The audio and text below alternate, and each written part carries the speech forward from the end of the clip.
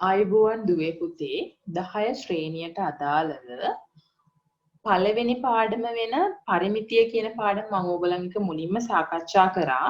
ඒ සාකච්ඡාවේදී මම කිව්වා පරිමිතිය පාඩමත් එක්ක වර්ගඵලය කියන පාඩම සම්බන්ධ වෙලා තමයි O level O level විභාගයේ වාර විභාගයේ දෙකේම එක ප්‍රශ්නයක් සම්පූර්ණයෙන්ම හැදෙන්නේ කියලා. ඒ ප්‍රශ්නේ ලකුණු 10ක් දෙනවා කිව්වා. ඒ ප්‍රශ්නේ සම්බන්ධ වෙන්නේ විභාග ප්‍රශ්න පත්‍රයේ පළවෙනි කොටසේ B පත්‍රයට තමයි සම්බන්ධ වෙන්නේ. එතකොට ඒකට ලකුණු 10ක් හම්බ වෙනවා කියලා කිව්වා. දැන් අද සාකච්ඡා කරන්න හදන්නේ ඒ පරිමිතිය පාඩමත් එක්ක සම්බන්ධ වෙන වර්ගඵලය කියන පාඩම. අපි මුලින්ම බලමු වර්ගඵලය කියන්නේ මොකක්ද? වර්ගඵලය හොයන්නේ කොහොමද? තල රූපයෙන් තල රූපයට වර්ගඵලය වෙනස් වෙන්නේ කොහොමද? වර්ගඵලයත් එක්ක ගානකට කොහොමද සම්බන්ධ වෙලා මේකේ ලකුණු 10 ගන්න කියලා අපි බලමු.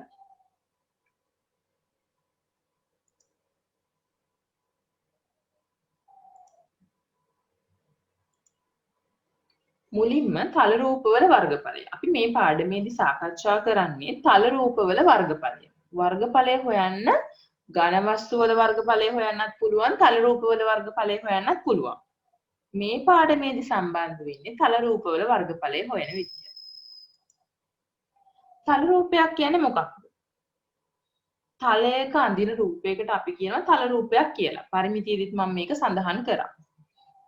තල වර්ග දෙකක් තියෙනවා කිව්වා, සිරස්තල සහ තිරස්තල. මේ සිරස්තලයක හෝ තිරස්තලයක අඳින රූපයකට අපි තල රූපයක් කියලා කිව්වා. ඒතර තල රූප වර්ග දෙකක් තියෙනවා, කොටස් දෙකක් තියෙනවා කියලා මුලින්ම කිව්වා. මොනවාද මේ කොටස් දෙක? සංවෘත තල රූපයි විවෘත තල රූපයි. සංවෘත තල රූප කියන්නේ මොකක්ද? සංවෘතයි කියන්නේ විවෘත කියන වචනේ විරුද්ධ පදේ. ඒ කියන්නේ වැහිලා තියෙන ආරම්භක ස්ථානය. තල රූපේ අඳින්න අපි ආරම්භ කරපු ස්ථානයත් අවසන් කරපු ස්ථානයත් එකම ස්ථානයක්. මේක මම පරිමිතිය පාඩමේදී රූප සටහනකින් පෙන්නුවා. මම ඒකින්ද මේකෙදි සරලව පැහැදිලි කරන්නේ සංවෘත තල රූපයි විවෘත තල රූපයි අතරින් සංවෘතයි කියන්නේ මේ වැහිච්ච තැන. නේ මෙතනින් පටන් අරන් අවසන් වෙන්නේ මෙතනින්. විවෘත තල රූපයක මේ ආරම්භක ස්ථානයේ අවසන් ස්ථානයේ ස්ථාන දෙකක් වෙනවා. මේකේ ආරම්භක ස්ථානය මෙතන අවසන් ස්ථානය මෙතන. වර්ගඵලය කියන්නේ මොකක්ද? වර්ගඵලය කියලා හොයන්නේ අපි සංවෘත තල රූපයක වැහිච්ච එකක සංවෘත තල රූපයක හෝ ඝන වස්තුවක. මම කියවනේ වර්ගඵලය හොයන්න ක්‍රම දෙකක් තියෙනවා කියලා, කොටස් දෙකක් තියෙනවා කියලා. තල රූපයක හොයන්නත් පුළුවන්, ඝන වස්තුවක හොයන්නත් පුළුවන්. එහෙනම් වර්ගඵලය කියලා කියන්නේ සංවෘත තල රූපයක හෝ ඝන වස්තුවක මතු පිට පෘෂ්ඨ ප්‍රමාණය. මේ එළියේ තියෙන අපිට මෙහෙම අල්ලලා බලන්න පුළුවන් පෘෂ්ඨය තමයි මතු පිට පෘෂ්ඨය කියලා කියන්නේ. එහෙනම් තල රූපයක වර්ගඵලය හොයන්න තමයි මේකෙදි අපි ඝන වස්තුවක වර්ගඵලය හොයන්නේ නැහැ. වර්ගඵලයේ ඒකක කියන්නේ මොනවාද? පරිමිතිය ඒකකක් මුලින් කතා කරා. වර්ගඵලයේ ඒකක කියන්නේ මොනවාද? වර්ග මිලිමීටර්. මේ වර්ගඵලේ නම් වර්ග මිලිමීටර්. වර්ග සෙන්ටිමීටර්. වර්ග මීටර්. දැන් මතක ඇති.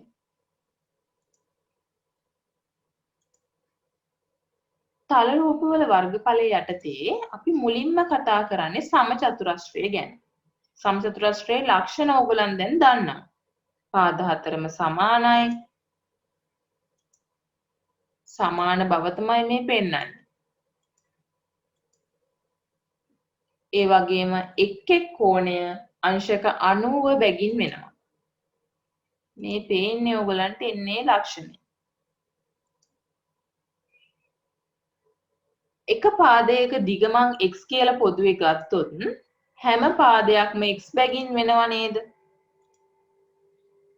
එතකොට මේකේ පාද හතර සමාන හින්දා තමයි පාද හතරම x බැගින් උනේ. සමචතුරස්‍රයක වර්ගඵලය හොයන්නේ දිග ගුණ කිරීම ඵල.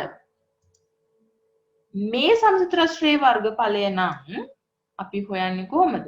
දිග ගුණ කිරීම ඵල සූත්‍රයටම සමචතුරස්‍රයක දිග සහ පළල සමානයිනේ. ඒකින්ද අපි පැත්තක දිග කියලා ගුණ කරනවා තවත් පැත්තක දිගකින්. පළල කියන්නේ දිගක්මයි මේකෙදි. සමානයිනේ දෙපැත්ත. එහෙනම් x ගුණ කිරීම x. එයාව අපිට ලියන්න පුළුවන් අවසානයේ x වර්ගය කියලා. උදාහරණයක් කතා කරොත් පැත්තක දිග සෙන්ටිමීටර 4ක් වෙන සමචතුරස්‍රයක වර්ගඵලයයි මේ හොයන්න හදන්නේ. එහෙනම් මෙයාගේ පැත්තක දිග කීයද? සෙන්ටිමීටර 4යි. සමචතුරස්‍රයේ වර්ගඵලය සමාන වෙනවා දිග ගුණ කිරීම පළල. පැත්තක දිග ගුණ කිරීම පැත්තක දිග කියලා ලිව්වත් හරි මේක. එතකොට පැත්තක දිග වෙන්නේ සෙන්ටිමීටර 4යි. සෙන්ටිමීටර 4 ගුණ කිරීම සෙන්ටිමීටර 4. එතකොට 4 වරක් 4 16යි. මේ සෙන්ටිමීටර තවත් සෙන්ටිමීටර එක ගුණ වෙනකොට වර්ග සෙන්ටිමීටර වෙනවා. එතකොට මේ අපි කලින් කතා කරපු වර්ගඵලයේ ඒකකය හම්බෙනව නේද? මේවා අපි 7 8 9 කියන පන්තිවලදී කතා කරලා තියෙනවා.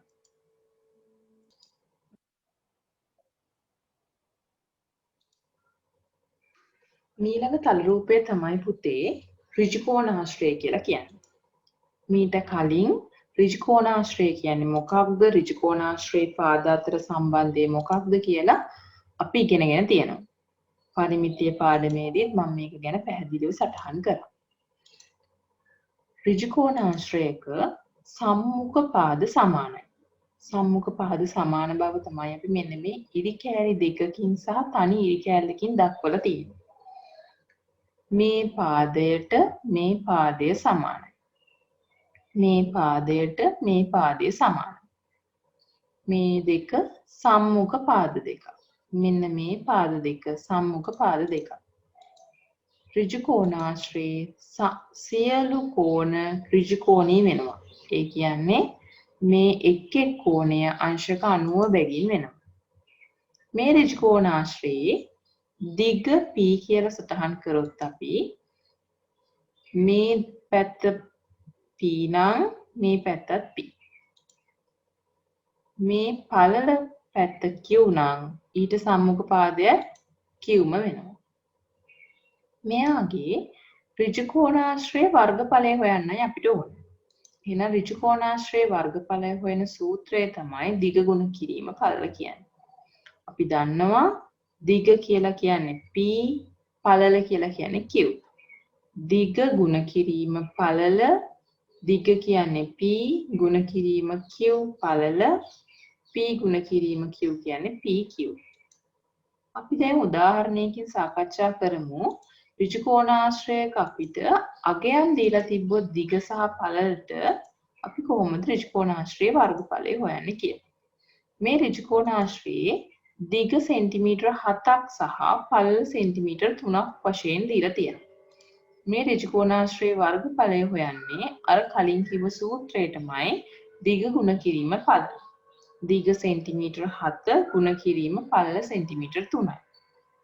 7 21යි සෙන්ටිමීටර් වලින් ගුණ කරාම වර්ග සෙන්ටිමීටර්. ඒ කියන්නේ ඍජුකෝණාශ්‍රයේ වර්ගඵලය වර්ග සෙන්ටිමීටර් 21යි. ඊළඟ තල රූපය තමයි සමාන්තරාශ්‍රය කියන්නේ. මේ සමාන්තරාශ්‍රය කියන්නේ චතුරාශ්‍රයක්. පාද 4යි. මේ සමයේදී සම්මුඛ පාද සමාන්තර වෙනවා. මේ සමාන්තර ලකුණ තමයි අපි දක්වලා තියෙන්නේ. ඒ වගේම මේ සම්මුඛ පාද දෙකත් සමාන්තර වෙනවා. මේ එක පාදයක් A කියලා ගත්තොත් මේ සම්මුඛ පාදයක් A වෙනවා. සමාන්තරාශ්‍රයක සමාන්තර පාද දෙකක් අතර අපි ඇඳපු රේඛාව ලම්බකව ඇඳුත් මෙයාට කියනවා h කියලා. h කියන්නේ මොකද්ද? ලම්බ උස. මේ සමාන්තරාශ්‍රයේ වර්ගඵලය හොයන්නේ ආධාරකයේ ගුණ කිරීම ලම්බ උස කියන සූත්‍රයෙන්. එතකොට මේ සමාන්තරාශ්‍රයේ ආධාරකයේ a වෙනවා ලම්බ උස h වෙනවා. a ගුණ කිරීම h a h වෙනවා. මේ ආධාරකය තෝරගන්නකොට අපිට විභාගෙදී පොඩි පටලැලි සහගත තත්වයක් ඇති වෙන්න පුළුවන්. ඒකෙන් වෙන්නේ ආධාරකය තෝරගන්න විදිය අපි දැනගෙන ඉන්න ඕනේ. අපිට මේකෙදී ආධාරකය තෝරගන්නේ ලම්බ උස සමග සම්බන්ධ වෙන පාදේ. ලම්බ උස ගිහිල්ලා මෙන්න මේ පාදයට එක්කනේ සම්බන්ධ වෙන්නේ. එතකොට ඒ පාදය තමයි ආධාරකයේ විදියට තෝරගන්නේ.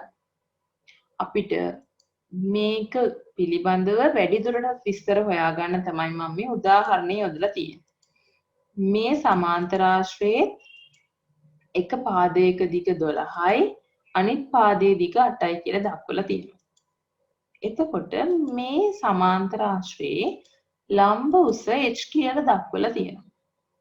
මේ සමාන්තරාශ්‍රයේ එක පාදයක් 12ක් සහ තවත් පාදයක් 8ක් විදිහට සටහන් කරලා තියෙනවා.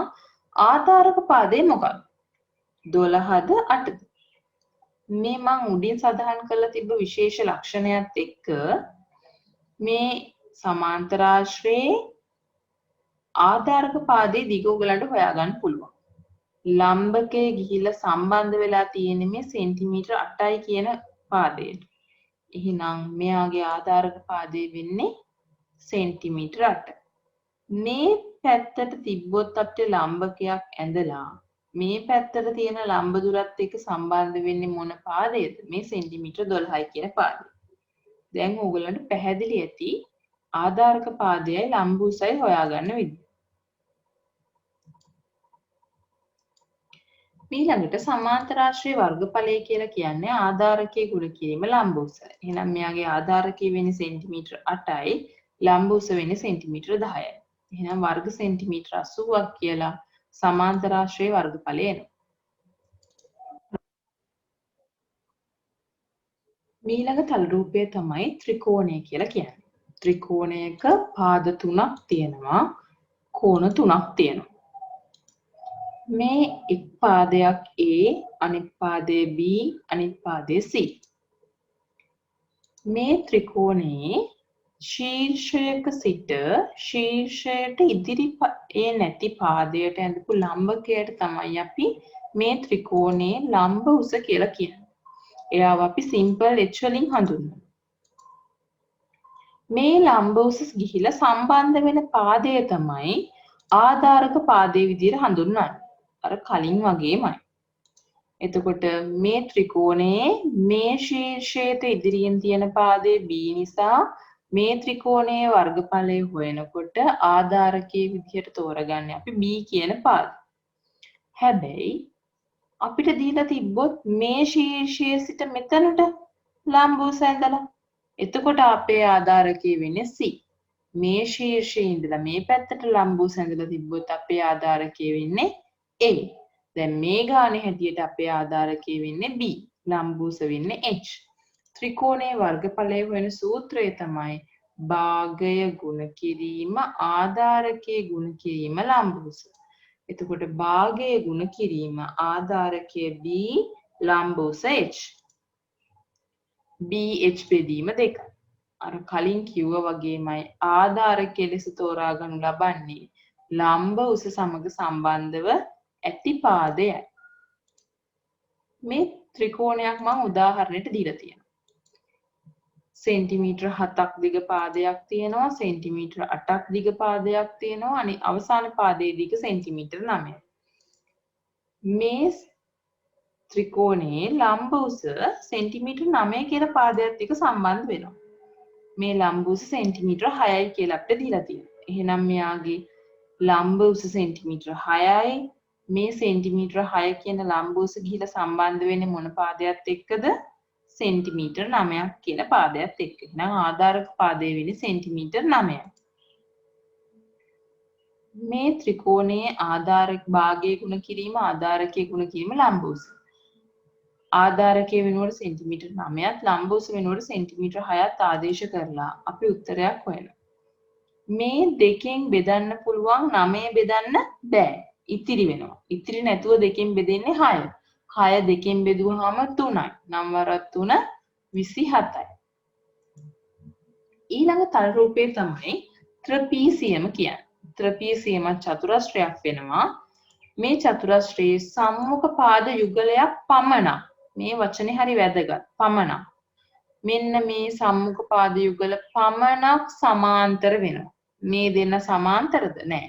සමාන්තරයි නම් මෙයාව කොහේදිවත් හම්බෙන්න බෑ. මේක මෙහෙම ඉස්සරහට ඇන්දොත් එහෙම ත්‍රිකෝණයක් ආකාරයට මෙයාව උඩදී හම්බ වෙනවා. එහෙම හම්බ වෙන්න බෑ.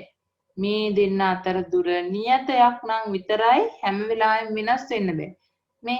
මෙන්න මේ පාදයයි අතර මේ දුර සහ මෙතනට එනකොට දුර වෙනස් කියලා බැලූ බැලමට අපිට පේනවනේ. එතකොට මේ දෙන්න සමාන්තර නෑ. සමාන්තර පාද දෙක වෙන්නේ මෙයා සහ මෙයා. එක් සමාන්තර පාදයක දිග A අනිත් සමාන්තර පාදයේ දිග B. සමාන්තර පාද දෙක අතර ලම්බ උස තමයි මේ ත්‍රිපිසියමේ ලම්බ දුර වෙන්නේ. එයා h වලින් හඳුන්වනවා. ත්‍රිපිසියමේ වර්ගඵලය හොයන සූත්‍රය තමයි භාගය ගුණ කිරීම සමාන්තර පාද දෙකේ එකතුව ගුණ කිරීම ලම්බ උස. භාගය ගුණ කිරීම සමාන්තර පාද දෙක කවුද? A සහ B. A ධන B. ඒ දෙන්නගේ එකතුව ගුණ කිරීම ලම්බ උස h. උදාහරණයක් ගත්තොත් මේ ත්‍රිපිසියමේ එක් සමාන්තර පාදයක් 8යි අනිත් සමාන්තර පාදය 12යි. මේ සමාන්තර පාද දෙක අතර ලම්බ උස සෙන්ටිමීටර් 5යි කියලා අපිට දීලා තියෙනවා. එතකොට ත්‍රිපිසියමේ වර්ගඵලය වෙන්නේ භාගය ගුණ කිරීම සමාන්තර පාද දෙකෙහි එකතුව ගුණ කිරීම ලම්බ උස. භාගය ගුණ කිරීම A ධන B නේ. A ධන B විදිහට අපේ ගත්තේ කවුද? 12 ධන 8. ඒ කියන්නේ 12 හෝ 8 12 ධන මේ දෙන්නගේ එකතුවක් නේ. සමාන්තර පාද දෙකේ එකතුව. එතකොට 12යි 8 එකතු කරාම 20යි. 20 ගුණ කිරීම 5 බෙදීම 2. 2ට 2 ඒවා 1යි 20ට 2 ඒවා 10යි. 10 වරක් 5 50යි වර්ග සෙන්ටිමීටර විදිහට ත්‍රිපිසියමේ වර්ගඵලය එනවා.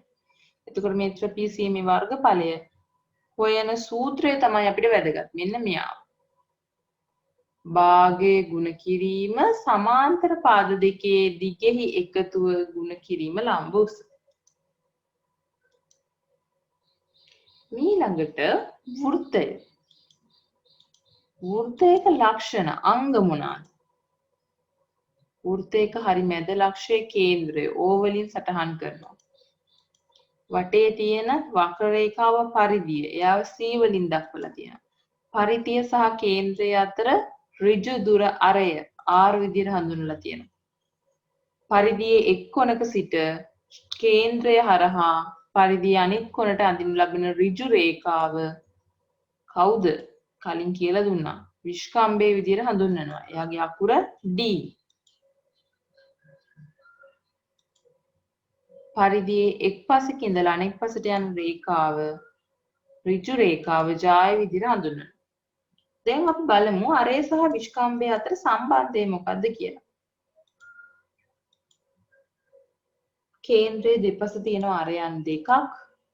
මෙතන ඉඳන් මෙතනටත් අරය, මෙතන ඉඳන් මෙතනටත් අරය. මේ සම්පූර්ණ කෙනාට අපි කියනවා D කියලා. එහෙනම් D කියන්නේ කවුද? R ධන R 2යි R. R කියන එක්කෙනා D විතරක් අපිට දීලා තිබ්බොත් R ව හොයාගන්නේ D බෙදීම 2. වෘත්තයේ වර්ගඵලය වෙන සූත්‍රය තමයි ϕr වර්ගය කියන්නේ. පරිධියේදී D සම්බන්ධ කරලා වෘත්තයේ පරිධිය හෙව්වට වෘත්තයේ වර්ගඵලය හොයනකොට D සම්බන්ධ කරපු නිශ්චිත සූත්‍රයක් නැහැ. අපිට D දීලා තියෙනවා නම් අපි D ඇසුරෙන් R හොයාගන්න. ඒකට තමයි මම මෙන්න මේ කොටස දීලා තියෙන්නේ. ϕ කියලා කියන්නේ මොකක්ද කියලා අපි මීට කලින් දන්නවා. ϕ කියලා කියන්නේ 7න් 22යි. වෘත්තයේ වර්ගඵලය සෙවීමේදී D ඇසුරෙන් සූත්‍රයක් දීලා නැහැ. හැබැයි D හියගේ දීලා තියෙනවා නම් එමගින් R හොයාගන්න පුළුවන්. මේ R හොයාගන්න විදිහ තමයි මම මෙතනින් සටහන් කරලා පෙන්නන්නේ. ϕr වර්ගයේ සූත්‍රයටම ආදේශ කරනවා අගේ හොයන්න. වෘත්තයක වර්ගඵලය හොයන්න. අපිට අරය දීලා තියෙනවා සෙන්ටිමීටර් 7යි කියලා. එහෙනම් වෘත්තයේ වර්ගඵලය හොයන සූත්‍රයේ ϕr වර්ගයක්නේ. එතකොට මේ 5 වෙනුවට 7න් 22යි R වෙනුවට 7. R වර්ගයක් හින්දා R ගුණ කිරීම R. එහෙනම් 7 ගුණ කිරීම 7. මේ 7ට මේ 7 සුළු වෙනවා. එතකොට 7 වරක් 22 154යි. ඊළඟට අරය 3.5යි. දශම අගයක් දීලා තියෙනකොට වෘත්තයේ වර්ගඵලය හොයන්නේ කොහොමද? 5r වර්ගයමයි සූත්‍රය. 5 කියන්නේ 7න් 22යි, r කියන්නේ 3.5යි. එතකොට 3.5 ගුණ කිරීම 3.5. මෙතනදී 5 කියන්නේ 22ට 7 ගුණ කිරීම 3.5 කියන්නේ 7 බෙදීම 2, ඊළඟට 3.5 කියන්නේ 7 බෙදීම 2. මේවා ඔයගලන්ට දැන් සුපුරුදුයි. ඇයි ඒ පරිමිතියේදී අපි මීට කලින් මේ දශම අගයන් ආවොත් කොහොමද ආදේශ කරගෙන සුළු කිරීමේ පහසුව තකා මොකද අපි කරන්න කියලා ඉගෙනගෙන තියෙනවා. මේ 7ට මෙතන 7ක් සුළු වෙනවා. 2ට 2 1යි 22ට 2 11යි. 11 වරක් 7 77 බෙදීම 2යි. මෙයාම අපිට දශම විදිහට තියන්නත් පුළුවන්.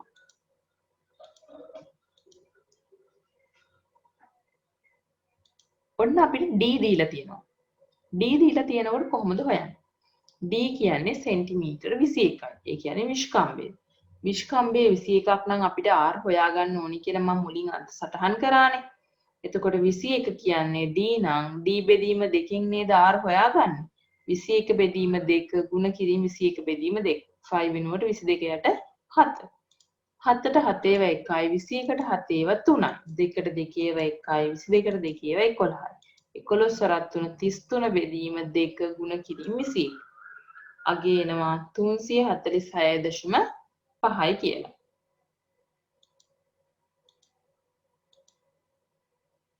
කේන්ද්‍රික ඛණ්ඩය. පරිමිතියේදී අපි කේන්ද්‍රික ඛණ්ඩය කියන්නේ මොකක්ද? කේන්ද්‍රික ඛණ්ඩයක් හැදෙන්නේ කොහොමද කියලා ඉගෙන ගත්තා.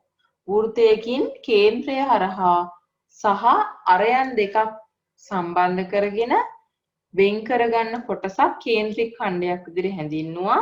මේ තියෙන්නේ මේ තද පාටින් දක්වලා තියෙන කේන්ද්‍රික ඛණ්ඩය. මේ මුළු වෘත්තයෙන්ම කේන්ද්‍රය මෙතන තියෙනවා. කේන්ද්‍රයේට අරයන් දෙකක් සහ චාප කොටසකින් වටවෙච්ච ප්‍රමාණය අපි කේන්ද්‍රික ඛණ්ඩයක් කියනවා. ඒ කේන්ද්‍රික ඛණ්ඩයේ කේන්ද්‍රයේ හැදිච්ච කෝණය කේන්ද්‍ර කෝණය විදිහට හඳුන්වනවා. එතකොට මේ අරයන් දෙක හින්දා මේ වෘත්තයේ පරිධිය කොටස් දෙකකට වෙන් වෙනවා. මෙතන සිට මෙහෙම ගිහිල්ලා මෙතනට අපි යාට කියනවා මහා චාපය. විශාලයිනේ කොටස චාප කොටස. ඒකින්න මහා චාපය. මෙයා පොඩිනේ. මෙයාට සුළු චාපය. මං වෙනම කේන්ද්‍රික ඛණ්ඩය වෙන් කරලා පෙන්නුවොත් කේන්ද්‍රය මෙතන සටහන් වෙනවා. අරයක් සහ තවත් අරයක් මේ තියෙන්නේ කේන්ද්‍ර කෝණය. එයා අපි θ වලින් හඳුන්වනවා. ABC කියන්නේ මේකේ කේන්ද්‍රික ඛණ්ඩය. වෘත්තයක කේන්ද්‍රය හරහා වෙන් කරගන්නා ඌද අරයන් දෙකකින් හා පරිධියේ කොටසකින් වන චාප දිගකින් මායිම් වූ පෙදෙස කේන්ද්‍රික ඛණ්ඩයක් ලෙස හඳුන්වනවා. කේන්ද්‍රික ඛණ්ඩයේ වර්ගඵලය වෙන්නේ අපිට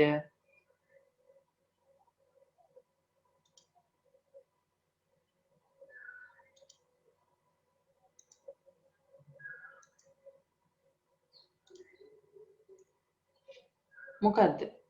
360න් θ 5r වර්ගය. ඇයි මේ 360න් θ ගන්නෙ? මෙතන මුළු වෘත්තයේ කෝණය කේන්ද්‍ර කෝණය 360යි. එයාගෙන් කොටසක් තමයි අපි ගන්නෙ. θ කියන කොටස. θට අංශක 60 වෙන්න පුළුවන්, 30 වෙන්න පුළුවන්, 10 වෙන්න පුළුවන්, සෙන්ටිමීටර දෙකක්, අංශක දෙකක් වෙන්න පුළුවන්. මේ θ කියන්නේ කෝණයක්. මේ කෝණයට 360ට අඩු වුණ මගයක් එන්න පුළුවන්. අපි දැන් මේ කේන්ද්‍රික ඛණ්ඩයක වර්ගඵලය හොයන විදිහ උදාහරණ ඇසුරෙන් බලමු. මේ දීලා තියෙන්නේ අරය සෙන්ටිමීටර් 14ක් වෙන අර්ධ වෘත්තයක්. අර්ධ වෘත්තයක් කිව්වම කෝණය කීයද? අංශක 180යි. එතකොට 360න් θ 5r වර්ගය. 5 කියන්නේ 7න් 22යි. r කියන්නේ 14යි.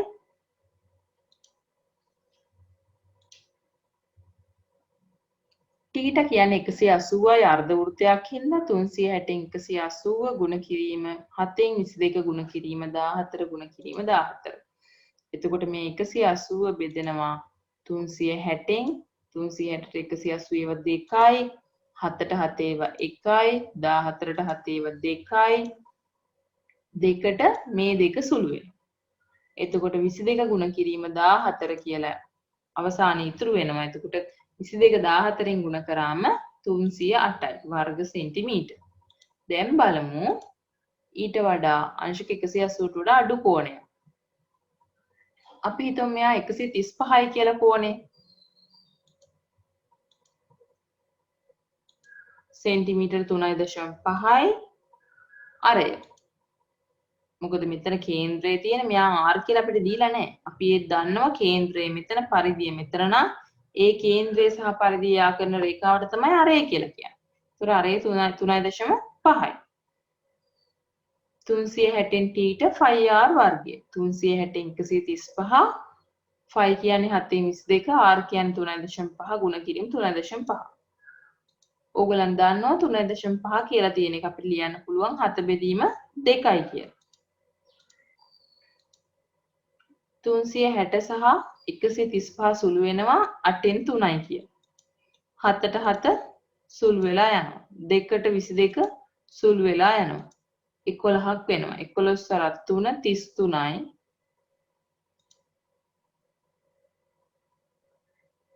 හරි 11 සරක් 7 77යි. බෙදීම 2යි. 3 බෙදීම 8යි. මෙයා සුළු කරාම 231 බෙදීම 16ක් කියලා එනවා. එතකොට ඒ කියන්නේ 14.44 වර්ග සෙන්ටිමීටර්.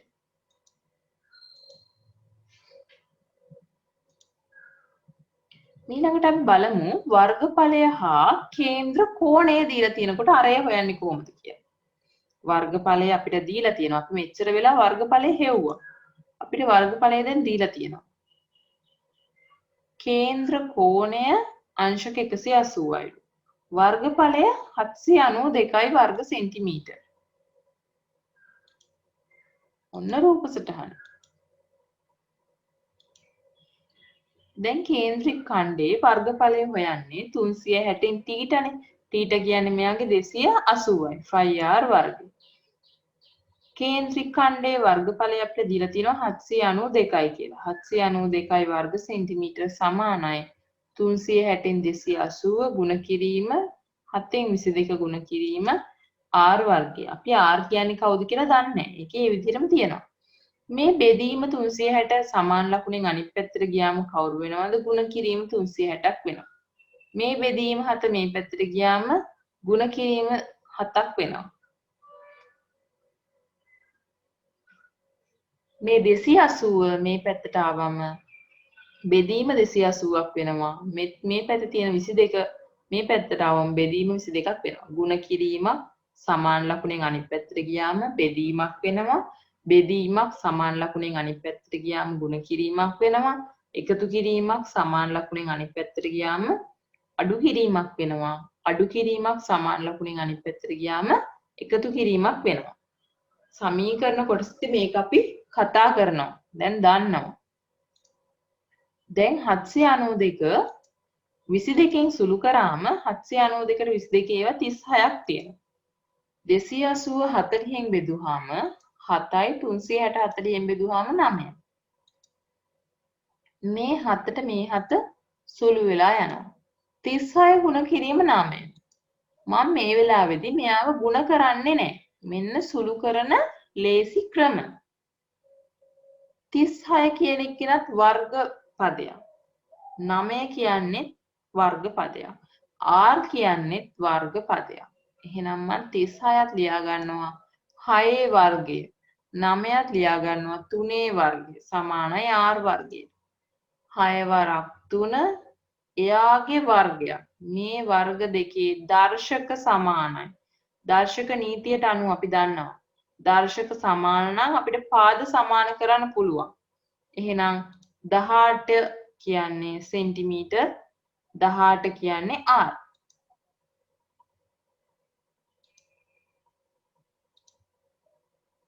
මීළඟට වර්ගඵලය හා අරය දීලා තියෙනකොට කේන්ද්‍ර කෝණය හොයන්නයි ඕනේ. ටීට තමයි අපි දන්නේ නැත්තේ.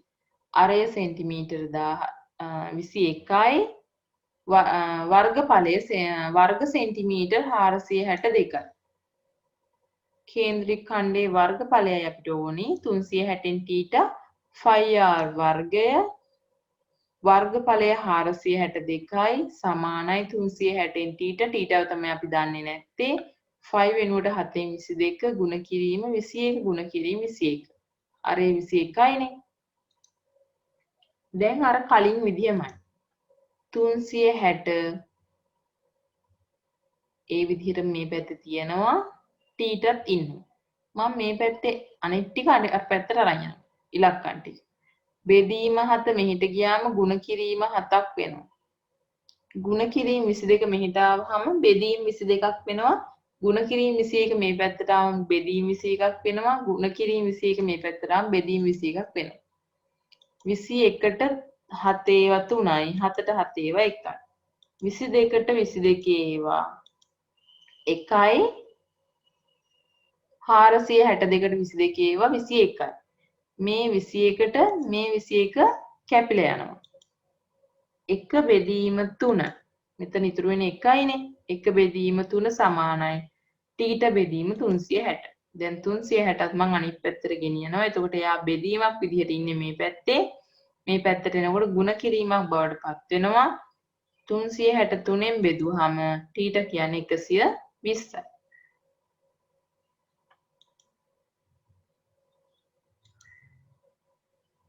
මීළඟට හම්බෙන්නේ අපිට සංයුක්ත තල රූපය. ඒ කියන්නේ තල රූප දෙකක් හෝ කිහිපයක් එකට සම්බන්ධ කරලා තනි රූපයක් බවට පත් කරනවා. ඔන්න බලමු. විශාල අර්ධ වෘත්තයක් පේනවා. මේ තියෙන විශාල අර්ධ වෘත්තය. මේ තියෙන කුඩා අර්ධ වෘත්ත දෙකක්. මේ අඳුරු කරපු කොටසේ තමයි අපිට වර්ගඵලය හොයන්න ඕනේ. විශාල අර්ධ වෘත්තයේ වර්ගඵලය මුලින් හොයන්න. මේ විශාල අර්ධ වෘත්තයේ අරය වෙන්නේ මෙතන ඉඳන් මෙතනට. අරය කීයද? 7යි. කියන්නේ භාගයේ ගුණ කිරීම 7න් 22 ගුණ කිරීම 7 ගුණ කිරීම 7. මේ දෙකට 22කින් දෙක බෙදෙනවා. දෙකට දෙකේව 1යි 22කට දෙකේව 11යි 7ට 7 සුළු වෙනවා. 11 වරක් 7 77. කුඩා අර්ධ වෘත්තයක වර්ගඵලය. එතකොට කුඩා අර්ධ වෘත්තයක් කියන්නේ මෙන්න මෙයාට හෝ මෙයාට මෙයාගේ විස්කම්භ දෙක සමානයි. කියන්නේ මේ කොටස් දෙක සමානයි. භාගයේ ගුණ කිරීම 7න් 22 ගුණ කිරීම 7 බෙදීම 2යි. විස්කම්භය 7ක් කියලා දීලා තියෙන්නේ. එහෙනම් අරේ හොයාගන්න ඕනේ 7 බෙදීම 2යි. r වර්ගයේ හින්දා 7 බෙදීම 2 ඒවා 2ක්. මේ 7ට මේ 7 සුළු වෙනවා. මෙතන 2ට මේ 2 සුළු වෙනවා. 11යි 11 වරක් 7 7යි 77 බෙදීම 4යි 19.25යි කියලා අපි සුළු කරලා උත්තරයක් එනවා. දැන් අපිට ඕනේ මේ විශාල අර්ධ වෘත්තාකාර කොටසෙන් මේ කොටස අයින් කරලා තියෙන මේ සුදු පසුබිමේ තියෙන මෙන්න මේ අර්ධ වෘත්තය අයින් කරලා එයාට මේ අර්ධ වෘත්තය සම්බන්ධ කරලා අයින් කරනවා නම් අපෙන් අඩු වෙනවා. මේ මුළු අර්ධ වෘත්තේ විශාල අර්ධ වෘත්තේ 77යි එයාගෙන් අඩු කරන්න ඕනේ මේ කුඩා අර්ධ වෘත්තය 19.25. එයාට එකතු කරන්න ඕනේ තවත් මේ කුඩා අර්ධ වෘත්තයක්. එතකොට එයත් 19.25යි. ඒක අපි හොයාගත්තේ මෙතන විස්කම්භයට මේ විස්කම්භය සමාන නිසා. මේ 19.25 අඩු කරලා එකතු කරාම යා නිකම්ම සුළු වෙලා යනවා. එතකොට අඳුරු කළ කොටසේ වර්ගඵලය එන්නේ වර්ග සෙන්ටිමීටර් 77යි කියලා.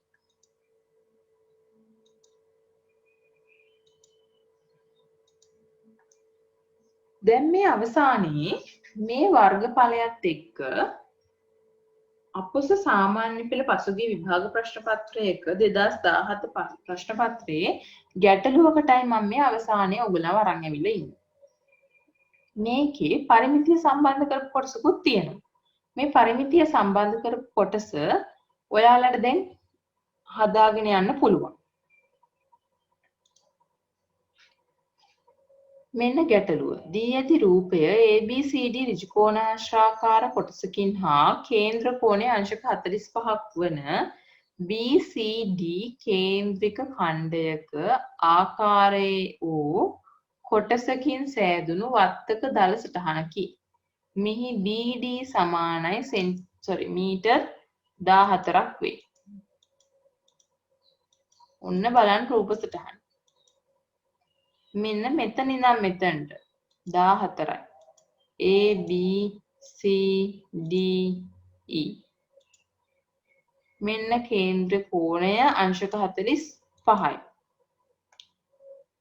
පහත දැක්වෙන ගණනය කිරීම වලදී 5 සඳහා 7/22 අගය යොදා ගන්න. ඔන්න අපිට කියනවා ABDE මෙන්න මේ කොටස මේ ඍජුකෝණාශ්‍රයේ වර්ගඵලය BCD වර්ගඵලය වගේ මෙන්න මේ කේන්ද්‍රික ඛණ්ඩය වගේ 4 ගුණයක්. මුලින්ම අපෙන් අහනවා BCD කොටසේ වර්ගඵලය. කියන්නේ මේ කේන්ද්‍රික ඛණ්ඩයේ වර්ගඵලය. කොහොමද හොයන්නේ? 360න් 45 5R වර්ගය. මේ තියෙන තැන් වෙනස් වුණාට ප්‍රශ්නයක් නැහැ. 7ට 7 1යි 14ට 7 2යි.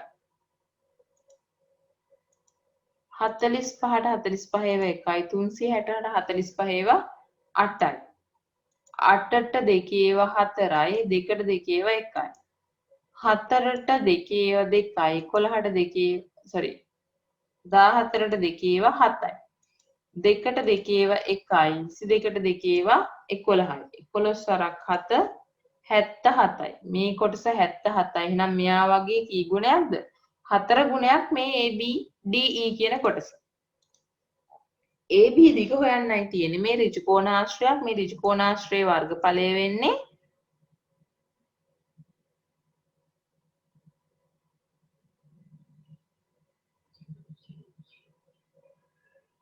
4 ගුණ කිරීම 77. ඇයි එහෙම කරේ අපි? මෙන්න මෙතන වර්ගඵලය BDC ගේ වර්ගඵලය නැත්නම් BCD ගේ වර්ගඵලය වර්ග සෙන්ටිමීටර 77 වර්ග මීටර 77යි. මේ වගේ 4 ගුණයක් මේ 4 ගුණයක වර්ගඵලයට මෙයාම සමානයි. ඒකින්ද මේ 77 කියන එක නා 4ෙන් ගුණ කරා. එතකොට යාව සුළු කරන්නේ නැතුව AB මෙන්න සාමාන්‍ය ඍජුකෝණාශ්‍රයක වර්ගඵලය හොයන්නේ කොහොමද? AB ගුණ කිරීම BD. කියන්නේ දිග ගුණ කිරීම පළලින්නේ. ඒතර දිග අපි දන්නේ නැහැ. AB කියලා ගන්නවා. පළල 14යි. සමානයි 4 ගුණ කිරීම 77. දැන් මේ ගුණ කිරීම 14 මේ පැත්තට එනවා. ඒතර බෙදීම 14ක් වෙනවා. 14ට 7 2යි. 77ට 7 11යි. 2ට 2 1යි. 4ට 2 2යි. දෙවරක් 11 22යි. AB කියන්නේ 22යි.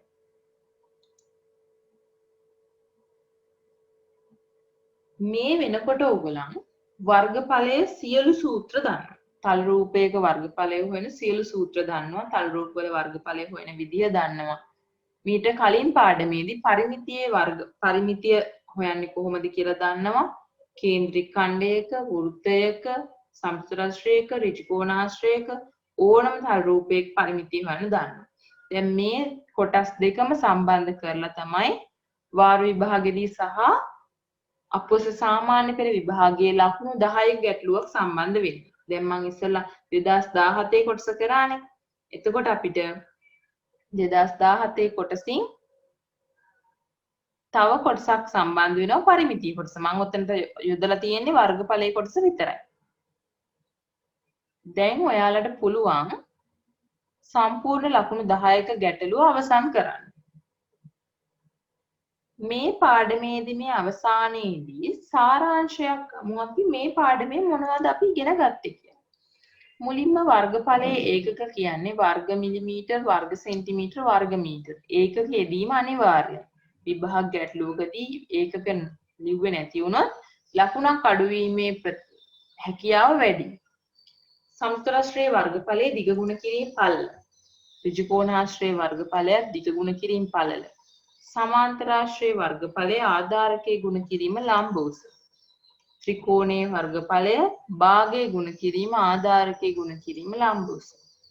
ත්‍රපීසීමේ වර්ගඵලය භාගයේ ගුණ කිරීම සමාන්තර පාද දෙකෙහි දිගෙහි එකතුව ගුණ කිරීම ලම්බ උස වෘත්තයේ වර්ගඵලය 5r වර්ගය 5 කියලා කියන්නේ 7න් 22 කේන්ද්‍රික ඛණ්ඩයක වර්ගඵලය 360න් t ට 5r වර්ගය මෙතනින් සියලුම මේ පාඩමට අදාළ සියලුම ගැටලු අවසන්